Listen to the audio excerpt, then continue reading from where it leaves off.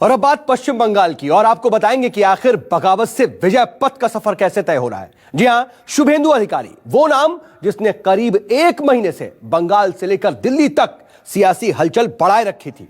पहले ममता सरकार से परिवहन मंत्री के तौर पर इस्तीफा दिया और अब पार्टी के विधायक पद से भी इस्तीफा दे दिया। शुभेंदु के गढ़ में गृह मंत्री शाह के बंगाल दौरे से ठीक पहले उनके इस्तीफे ने एक बार फिर से काफी ज्यादा उथल पुथल पूरे सूबे में बढ़ा दी है।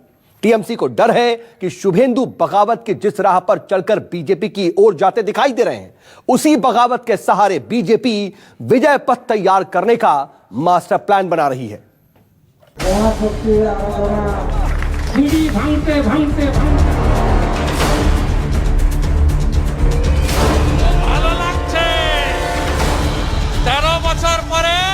आखिर शुभेंदु अधिकारी बंगाल की सियासत में टीएमसी या बीजेपी दोनों के लिए इतनी अहम क्यों है? इस सवाल का जवाब जानने के लिए आपको 2007 की सियासी इतिहास पर गौर करना होगा। क्या अच्छा सिद्धांत हुआ है, वो एक डिसीजन ले रहा है जो हम तृणमूल का प्राइमरी मेंबर भी नहीं रहेगा, तो वो डिसीजन लिया है, इसलिए वो डिजाइन किया है। हमारा पॉलिटिकल जो करियर है, और हम जो जनता है जो बीजेपी में आएगा तो बीजेपी बेनिफिट ही होंगे। 2007 में शुभेंदु ने पूर्वी मिदनापुर जिले के नंदीग्राम में एक इंडोनेशियाई रासायनिक कंपनी के खिलाफ भूमि अधिग्रहण के खिलाफ आंदोलन खड़ा किया। किसानों के जमीन अधिग्रहण के मामले का विरोध करते हुए उन्होंने भूमि उछेड़ प्रतिरोध कमेटी यानी BUPC के बैनर तले उग्र आंदोलन किया। किसान आंदोलन को दबाने के लिए पुलिस और मौजूदा CPM सरकार से जनता का खूनी संघर्ष हुआ। पुलिस की लाठी गोलियों के सामने शुभेंदु डटे रहे। किसान आंदोलन को रोकने के लिए पुलिस ने फायरिंग की। 2007 के नंदीग्राम आंदोलन में करीब 14 लोग मारे गए। किसानों की मौत ने आंदोलन की आग को और भड़का दिया। आखिरकार तत्कालीन लेफ्ट सरकार को किसानों के सामने झुकना पड़ा। 2008 में सिंगूर में भी भूमि अधिग्रहण के विरोध में प्रदर्शन हुए। हुगली जिले सिंगूर में कार प्लांट के खिलाफ आंदोलन हुए। सिंगूर आंदोलन में भी शुभेंदु अधिकारी ने पूरी रणनीति बनाई। नंदीग्राम और सिंगूर आंदोलन ने टीएमसी का काफी जनाधार बढ़ाया। ममता ने शुभेंदु को पूर्वी मिदनापुर समेत 6 जिलों की कमान सौंप दी। शुभेंदु के प्रभाव वाली 65 विधानसभाओं पर उनकी काफी लोकप्रियता है। आपने अभी क्लियर नहीं किया कि वो वाकई ज्वाइन कर रहे हैं कि नहीं कर रहे। असमंजस इसी बात की है और सभी यही जानना चाहते हैं कि उनका अगला कदम क्या है। देखिए, ये उनका अधिकार है। अब शुभेंदु जी क्या करेंगे मैं कैसे बोल सकता हूँ, ये तो उनको बोलना है। पार्टी की मैं देखिए, पार्टी की तरफ से प्रवक्ता होने के नाते मैं यही बोल सकता हूँ, जो अच्छे नेता हैं उनका खुले दिल से उनका स्वागत है। भाजपा एक परिवार है और इस परिवार में जो भी लोग आना चाहें उनका बिल्कुल स्वागत है। हम सबका एक ही लक्ष्य होगा कि हम डेमोक्रेसी को पूरी तरह जीवित रखेंगे और संविधान की पूरी तरह रक्षा करेंगे और पश्चिम बंगाल को जो है जो क्षमता पश्चिम बंगाल के है उसी के हिसाब से पश्चिम बंगाल में काम होगा और ये भ्रष्ट सरकार खत्म हो जाएगी। ये हम सबका दायित्व है, वो हम करेंगे। तो राजू बिष्ट ने हालांकि ये कहा कि स्वागत जरूर है टीएमसी से, जो भी अच्छे नेता अगर इस परिवार को, भाजपा परिवार को ज्वाइन करना चाहते हैं तो उसका स्वागत है, लेकिन अभी भी सस्पेंस उन्होंने बनाए रखा कि वाकई शुभेंदु अधिकारी कल भाजपा ज्वाइन कर रहे हैं। नंदीग्राम और सिंगूर आंदोलन ने टीएमसी की सियासी तकदीर और राज्य में पार्टी की तस्वीर बदल कर रख दी। इन दोनों घटनाओं के बाद ही ममता बनर्जी 34 साल से सत्ता पर काबिज वाम दलों को सत्ता से बाहर करने का राजनीतिक करिश्मा कर सकी। लेकिन अब बंगाल की 65 विधानसभा सीटों पर मजबूत पकड़ वाला अधिकारी परिवार ममता के खिलाफ मैदान में है।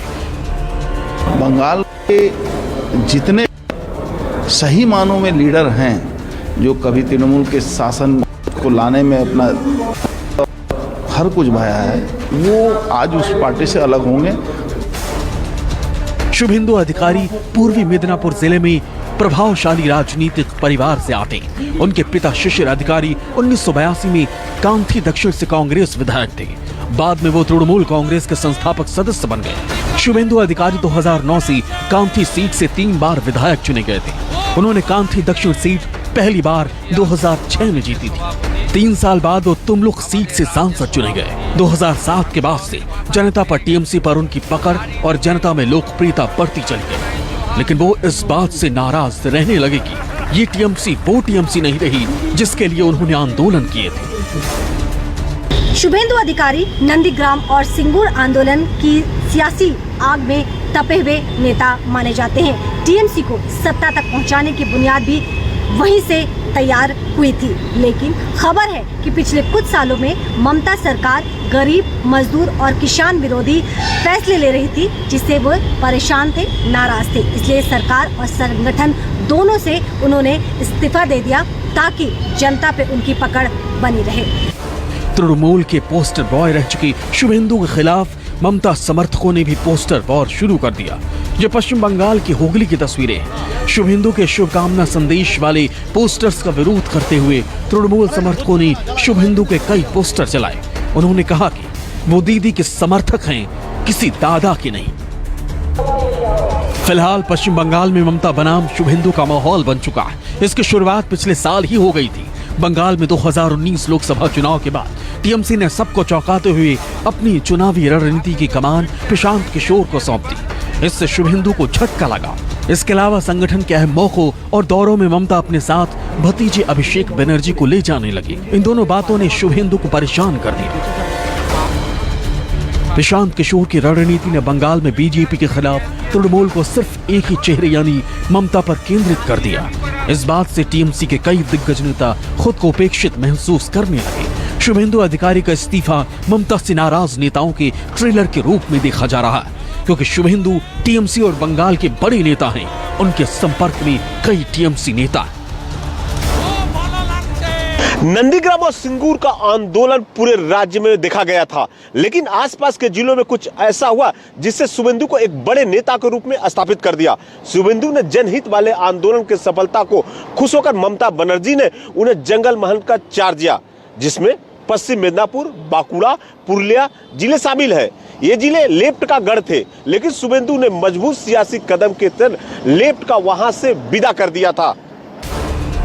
टीएमसी और ममता दोनों ये बात अच्छी तरह जानती हैं कि बंगाल के जिन 65 विधानसभा सीटों पर शुभेंदु और उनके परिवार की मजबूत पकड़ है, वो राज्य के कुल 294 सीटों के 5वें हिस्से से भी ज्यादा है। यानी शुभेंदु का टीएमसी से जाने का मतलब है कि ममता को बहुत बड़ा नुकसान।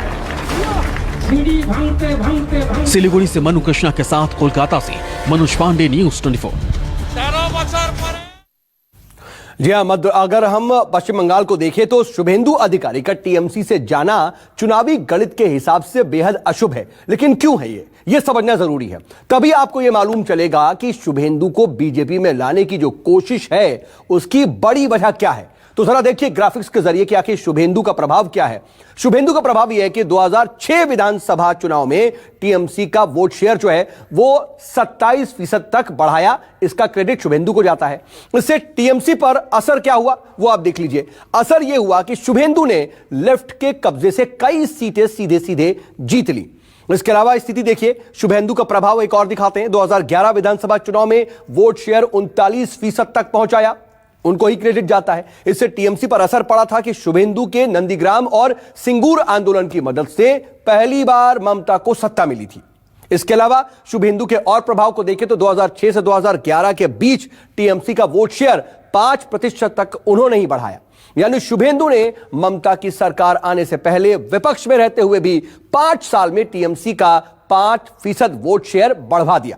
वहीं शुभेंदु का प्रभाव यह भी कि पूर्वी मिदनापुर, बर्दवान, जंगल महल रीजन में 65 सीटों पर वो सीधे सीधे अपनी पकड़ रखते हैं, काफी प्रभावशाली हैं। वहीं टीएमसी पर इसका असर यह है कि 65 सीटों पर उनकी मदद से ही टीएमसी की जीत की जो गणित है वो आसान हो जाती है। वहीं शुभेंदु का जो प्रभाव है वो 6 जिलों की 65 सीटों पर रहता है और अब विरोध होने लगा है वहां पर। इसका टीएमसी पर असर यह होगा कि पार्टी की अंदरूनी गुटबाजी सड़कों पर भी आ गई है। शुभेंदु का प्रभाव यह कि 65 सीटों पर वोट शेयर 28% से 42% तक बढ़ाया, जबकि अब उनके इस्तीफे के बाद टीएमसी के लिए 2021 में 65 सीटों पर बड़ी चुनौती सीधी सीधी मिलनी तय है। तो यह स्थिति है। लेकिन शुभेंदु अधिकारी से शुरू हुई जो बगावत की आग है उसका असर अब बंगाल के कई जिलों पर भी सीधे तौर पर नजर आने लगा है। टीएमसी के कई सांसद, विधायक और पार्टी के पुराने नेताओं ने शुभेंदु के समर्थन में पोस्टर वॉर शुरू कर दी है। जैसा कि माना जा रहा था कि 19 और 20 दिसंबर को गृह मंत्री अमित शाह के दौरे से पहले टीएमसी में बगावत काफी ज्यादा बढ़ सकती है। सब कुछ ठीक उसी दिशा में जाता हुआ दिखाई दे रहा है। वहीं ममता लगातार हर मंच से अपने बागियों को बाहर का रास्ता दिखाने के लिए सीधे ललकार रही हैं। सपूत जमीन से निकला हुआ नेता बंगाल का अगला मुख्यमंत्री बनेगा। बागियों का बड़ा प्लान, बंगाल में होगा घमासान।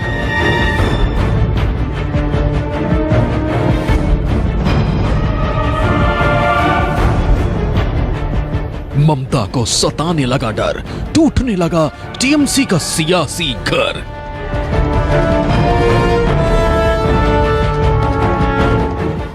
बागियों से घिरी ममता, शाह ने संभाला मोर्चा।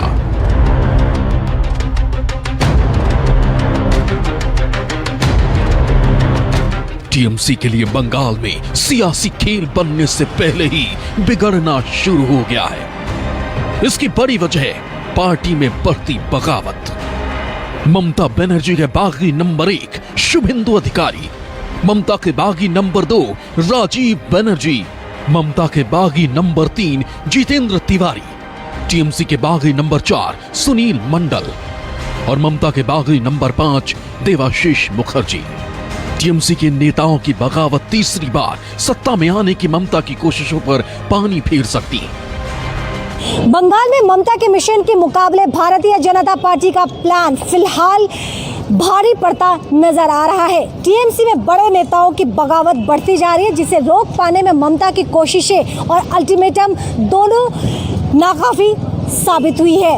ममता अपने चुनावी मंचों से लगातार बागियों पर हमले कर रही है, जवाब में उन पर भी पलटवार हो रहा है, जो टीएमसी के लिए चिंता की बात है। ममता ने उत्तर बंगाल के दौरे में कूच बिहार से बीजेपी पर हमला बोला, क्योंकि उनका मानना है कि टीएमसी में बगावत को बीजेपी ही हवा दे रही है। ममता ने यहां तक कह दिया कि संघ के लोग चंबल के डाकू हैं और वो संघ के हिंदू धर्म के सियासी ब्रांड पर यकीन नहीं करती। सब বাইরের গুন্ডা, বহিরাগত সব চম্বলের ডাকাত, পাড়ায় আরএসএস ঢুকিয়ে দিয়েছে। এই আরএসএস কারা? বহিরাগত গুন্ডা। এখানে এসে আপনাদের বলছে বিজেপিকে ভোট দাও, হিন্দু নরা মুসলমান, ওই জিজ্ঞাসা কোনজন? बीजेपी के खिलाफ ममता के इस गुस्से की बड़ी वजह आपको बताते हैं। पार्टी के कद्दावर नेता शुभेंदु अधिकारी ने बीजेपी में शामिल होने की तैयारी कर ली है। वहीं वन मंत्री राजीव बनर्जी ने ममता के खिलाफ कोलकाता में पोस्टर वॉर शुरू कर दिया है। आसनसोल से टीएमसी विधायक और मेयर जितेंद्र तिवारी ने ममता पर हमला बोला है। वर्धमान पूर्व टीएमसी सांसद सुनील मंडल के भी शुभेंदु के साथ देने वाले पोस्टर लग चुके हैं। वहीं हुगली नगर पालिका के उप प्रशासक देवाशीष मुखर्जी ने भी टीएमसी को कॉर्पोरेट सियासत वाली पार्टी करार देते हुए बागी तेवर दिखाए। उनका रिजाइन होते होते और कई लोग तैयार हो गए रिजाइन करने के लिए। हर रोज इस प्रकार खबर आ रही है। टीएमसी एक जो पार्टी उसमें ना लोकतंत्र है, ना किसी को सम्मान है। कमाने के लिए पार्टी था, आज लोगों को लग रहा है वो रहने का लायक नहीं रह गया है। भारतीय जनता पार्टी ने विकल्प दिया है लोगों को, और जो वहाँ किसी प्रकार से टिके हुए थे आज वो छोड़ने के लिए मजबूर हो रहे हैं। इसके पहले 3 एमपी रिजाइन करके हमारे पार्टी में ज्वाइन किए थे, लगभग 12 एमएलए ज्वाइन कर चुके थे। एक पार्टी जो सत्ता में है भरपूर मेजोरिटी के साथ, वो पार्टी छोड़कर क्यों लोग भाग रहे हैं? पार्टी वालों को सोचना चाहिए। दरअसल टीएमसी में बगावत की शुरुआत शुभेंदु अधिकारी से हुई थी, जो अब ममता के लिए बड़ा सिरदर्द बनते जा रहे हैं। शुभेंदु अधिकारी ने टीएमसी से इस्तीफा दे दिया है। शुभेंदु ने विधानसभा सदस्य छोड़ी और इस्तीफा स्पीकर को भेज दिया। नंदीग्राम से विधायक रहे शुभेंदु पूर्वी मिदनापुर के प्रभावशाली नेता हैं। 2007 में नंदीग्राम और 2008 में सिंगूर आंदोलन के रणनीतिकार। शुभेंदु के प्रभाव वाले 6 जिलों पर राजनीतिक दबदबा कायम है। पूर्वी मिदनापुर, वर्धमान, जंगल महल रीजन में 65 सीटें। शुभेंदु के प्रभाव वाली 65 विधानसभाओं पर लोकप्रियता बरकरार। 65 सीटों पर जीत से सत्ता का गणित आसान हो सकता है। 65 सीटों पर शुभेंदु ने टीएमसी का वोट शेयर 28% से 42% पहुंचाया। शुभेंदु 17 दिसंबर को दिल्ली जाकर शाह से मिल सकते हैं। शाह और नड्डा से मुलाकात के बाद बीजेपी का दामन थामेंगे। 19 दिसंबर को पूर्वी मिदनापुर में शाह के मंच पर आ सकते हैं। कई बागी नेताओं ने शुभेंदु के समर्थन में पोस्टर लगाए। ममता के खिलाफ बागी पोस्टर्स पर दादा वर्सेस दीदी लिखा है। बागियों ने लिखा है, हम दादा के साथ हैं, दीदी के साथ नहीं। बागियों को लेकर टीएमसी और बीजेपी के बीच जमीन आसमान का फर्क नजर आ रहा है। एक तरफ ममता अपने पूरी तेवर दिखाकर बागी नेताओं को शांत रहना या दल छोड़ के जाने की अल्टीमेटम दे रही है, तो दूसरी ओर शाह की ओर से उन बागी नेताओं को जेड कैटेगरी की सुरक्षा दी जा रही है। शुभेंदु अधिकारी को लेकर ये दाव अगर कामयाब हो जाए तो टीएमसी की बागी सामूहिक रूप से बीजेपी का रुख कर सकती है। बीजेपी और टीएमसी दोनों का ये मानना है कि शाह के इस बार के दौरे में ममता के बागियों के लिए कुछ विशेष प्लान जरूर होगा। सिर्फ शुभेंदु नहीं, शायद बहुत सारे लोग ममता बनर्जी के तौर तरीके से उब चुके हैं, गुस्सा कर लिए हैं, नाराज हो गए। क्यों बताइए, मैं आपको जवाब इसका मुझे जो एनालिसिस लगा मैं आपको बताती हूँ। देखिए, एक प्रतिनिधि है, जनप्रतिनिधि है, उनको हर दिन को ये जवाब तो उनको देना पड़ रहा ना नेता को कि यहाँ पे क्यों आयुष्मान भारत नहीं आ रहा है। आप बोलिए ना चीफ मिनिस्टर को। एक तरफ टीएमसी के बड़े नेता लगातार बगावत का झंडा बुलंद कर रहे हैं, तो दूसरी ओर पार्टी के रणनीतिकार उन्हें मनाने में नाकाम साबित हो रहे हैं। ताजा मामला बर्दवान पूर्व से सांसद सुनील मंडल का है, जिनके पोस्टर शुभेंदु की तस्वीर के साथ लग चुके हैं। लोकसभा चुनाव में बीजेपी ने बंगाल में अब तक का बेहतरीन प्रदर्शन किया था, इसलिए उसका वोट बैंक और हौसले दोनों मजबूत हैं। अब 2021 में टीएमसी के बागी उसकी जीत की राह आसान बनाने में मददगार साबित हो सकते हैं। चुनाव के दौरान राजनीतिक बगावत नई बात नहीं है, लेकिन बंगाल में सबसे बड़ी पार्टी होने की वजह से बगावत का सबसे बड़ा नुकसान टीएमसी को हो सकता है। बागी नेता अगर बीजेपी में गए तो वो वोटर्स और सपोर्टर्स के दम पर चुनावी जीत की गारंटी भी देंगे, और ऐसे में बागियों से होने वाली नुकसान की भरपाई टीएमसी के लिए आसान नहीं होगा। टीएमसी के लिए अब शायद वक्त आ गया है कि पार्टी में बढ़ती बगावत को ममता अपने स्तर पर रोकने की कोशिश करे, क्योंकि ममता ने जिन लोगों को रणनीतिकार बनाया है, बाकियों को उन्हीं लोगों से परेशानी है। ऐसे में ममता को बगावत के खिलाफ खुद मोर्चा संभालना होगा। आसनसोल से अमरदीप पासवान, कोलकाता से मनोज पांडे के साथ ब्यूरो रिपोर्ट, न्यूज़ 24। वैसे आखिर बंगाल के कद्दावर नेता शुभेंदु अधिकारी की बगावत टीएमसी के लिए बड़ी मुसीबत बन गई है, और इसका सीधा असर 2021 के चुनाव में नजर भी आएगा। लेकिन बड़ा सवाल यह है कि शुभेंदु ने जिस पार्टी के लिए करीब 2 दशक तक काम किया, उसके खिलाफ बगावत आखिर क्यों कर दी? तो शुभेंदु की बगावत की वजह भी जरा समझ लीजिए। दरअसल शुभेंदु अधिकारी ममता के भतीजे और सांसद अभिषेक बनर्जी के पार्टी के अंदर ज्यादा दखल से नाराज चल रहे थे, तो वहीं ममता बनर्जी ने 2016 से अभिषेक बनर्जी को बहुत ज्यादा सक्रिय कर दिया था। यही शुभेंदु की नाराजगी की वजह। शुभेंदु अधिकारी प्रशांत किशोर के संगठनात्मक बदलाव से भी नाखुश थे। बता दें कि खबर यह भी है कि ममता बनर्जी ने भतीजे अभिषेक बनर्जी के कहने पर ही प्रशांत किशोर को पार्टी से जोड़ा। वहीं शुभेंदु अधिकारी 2016 विधानसभा चुनाव में बीजेपी को प्रभावी ढंग से रोक नहीं पाए।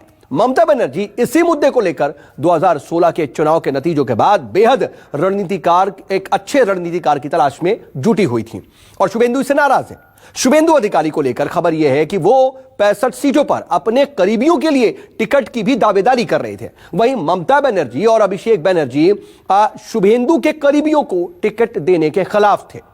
शुभेंदु अधिकारी 2019 लोकसभा चुनाव में बीजेपी के खिलाफ असरदार साबित नहीं हुए, और इसी वजह से ममता बनर्जी ने 2021 का जो चुनावी जिम्मा है वो भतीजे अभिषेक और प्रशांत किशोर को सौंपा है। शुभेंदु अधिकारी ममता सरकार के कई रणनीतिक फैसलों से भी नाराज थे, जबकि ममता बनर्जी ने शुभेंदु की नाराजगी को कोई एक तरह से नजरअंदाज किया और कोई तवज्जो नहीं दी। बस बात बिगड़ती चली गई और बगावत आखिरकार इस वक्त इस्तीफे तक भी आ पहुंची है।